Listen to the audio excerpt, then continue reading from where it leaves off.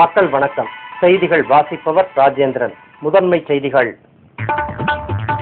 அதிமுக கூட்டணியில் இருந்து வெளியேறியது பாமக. தோழமை உணர்வு இல்லாததால் உறவை முறிப்பதாக நிர்வாக குழுவில் தீர்மானம்.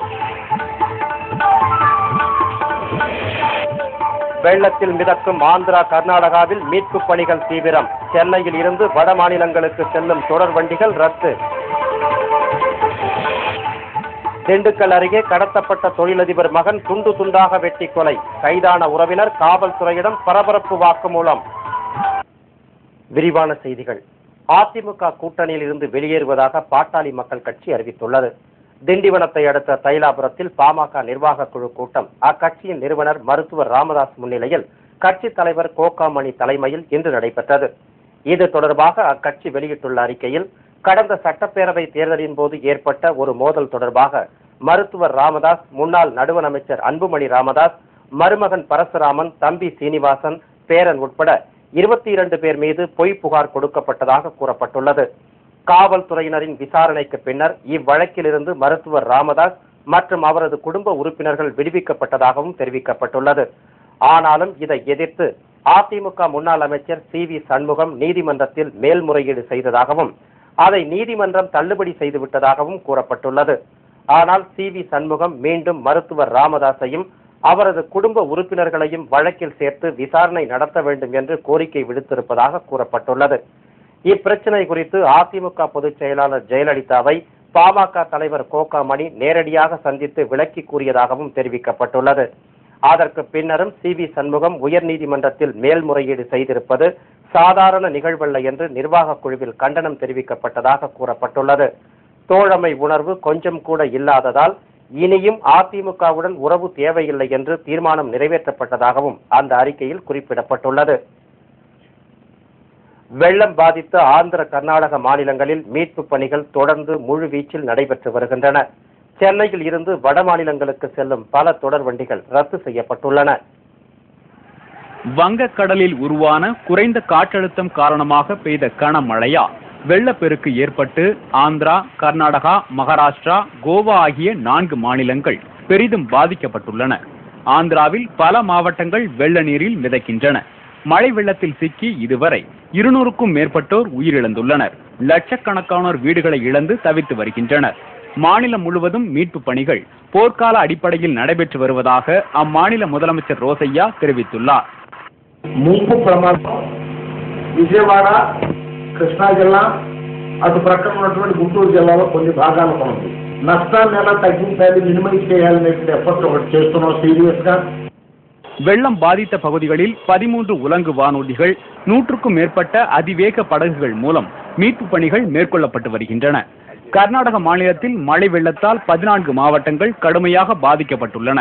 இந்த வெள்ள பாதிப்பை தேசிய பேரழிவாக அறிவித்து 10,000 கோடி ரூபாய் நிவாரணத் தொகை வழங்க வேண்டும் என அம்மாநில முதலமைச்சர் எடியூரப்பா நடுவண் அரசுக்கு கோரிக்கை விடுத்துள்ளார். மகாராஷ்டிராவில் மழை வெள்ளத்திற்கு 20க்கும் மேற்பட்டோர் பலியாகி உள்ளனர்.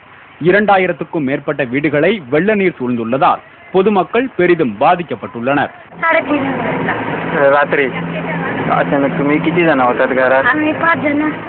இந்நிலையில் ஆந்திரா மற்றும் கர்நாடக மாநிலங்களில் வெள்ளம் பாதித்த பகுதிகளை காங்கிரஸ் தலைவர் சோனியா காந்தி நாளையும் பிரதமர் மன்மோகன் சிங் நாளை மறுநாளும் பார்வையிட திட்டமிட்டுள்ளனர். இம்மாநிலங்களில் ஏற்பட்டுள்ள வெள்ளப்பெருக்கு காரணமாக சென்னையிலிருந்து வட மாநிலங்களுக்கு செல்லும் 17 தொடர்வண்டிகள் ரத்து செய்யப்பட்டுள்ளன. திண்டுக்கல்லில் தொழிலதிபர் ஒருவரின் மகனை பணத்துக்காக அவரது உறவினரை கடத்தி துண்டு துண்டாக வெட்டி கொலை செய்துள்ள நிகழ்வு அதிர்ச்சியை ஏற்படுத்தியுள்ளது. திண்டுக்கல் திருமலைசாமிபுரத்தைச் சேர்ந்தவர் தொழிலதிபர் கோபிகண்ணன். இவரது மகன் சதீஷ் ராகவன் அங்குள்ள தனியார் பொறியியல் கல்லூரியில் 2ஆம் ஆண்டு படித்து வந்தார். கல்லூரிக்கு சென்ற இவர் கடந்த 29ஆம் தேதி முதல் மாயமானதால் திண்டுக்கல் வடக்கு காவல் நிலையத்தில் புகார் அளிக்கப்பட்டது. இதுகுறித்து கோபிகண்ணனின் உறவினரான விஜயகுமாரிடம் காவல்துறையினர் நடத்திய விசாரணையில் பணத்துக்காக சதீஷ் ராகவனை கடத்தி கொலை செய்ததை ஒப்புக்கொண்டார். உடலை துண்டாக வெட்டி மதுரை திருமங்கலம் அருகே எரித்து விட்டதாகவும் காவல்துறையினரிடம் விஜயகுமார் கூறியுள்ளார்.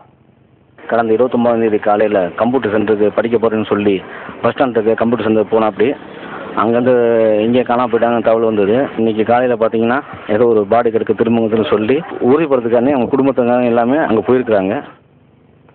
இதனைத் தொடர்ந்து காவல்துறையினர் சதீஷ் ராகவனின் உடலை மீட்டனர். பெற்றோர்களும் உறவினர்களும் இன்று அவரது உடலை அடையாளம் காட்டினர். மருத்துவர் பாஸ்கரன் கடத்தி கொல்லப்பட்டதை அடுத்து பணத்துக்காக நடைபெற்றுள்ள இந்த கொடூர கொலை திண்டுக்கல் பகுதியில் அதிர்ச்சியை ஏற்படுத்தியுள்ளது. போரின் போது இலங்கை ராணுவத்தினர் பாலியல் வன்கொடுமையில் ஈடுபட்டதாக அமெரிக்க வெளியுறவு அமைச்சர் ஹிலாரி கிளின்டன் தெரிவித்த புகாருக்கு இலங்கை கடும் கண்டனம் தெரிவித்துள்ளது. கடந்த வாரம் ஐநா பாதுகாப்பு அவை கூட்டத்தில் பேசிய ஹிலாரி கிளின்டன் இலங்கையில் போர் நடைபெற்ற போது தமிழ் பெண்களை ராணுவத்தினர் பாலியல் வன்கொடுமை செய்து கொன்றதாக குற்றம் சாட்டினார். இதுகுறித்து கொழும்பில் உள்ள அமெரிக்க தூதரை அழைத்து பேசிய இலங்கை வெளியுறவு அமைச்சர் ரோகித பொகலகாமா ராணுவத்தினர் மீது குற்றம் சாட்டும் உரிமை அமெரிக்காவுக்கு கிடையாது என எச்சரித்துள்ளார்.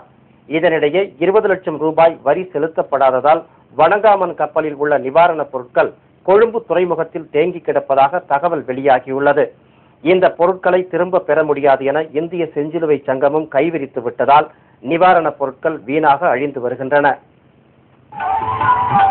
தொடர்வது பேருந்துடன் சரக்குண்டு நேருக்கு நேர் மோதல். கோர விபத்தில் 2 பெண்கள் உட்பட 6 பேர் பலி. விவரம் இடைவேளைக்கு பிறகு.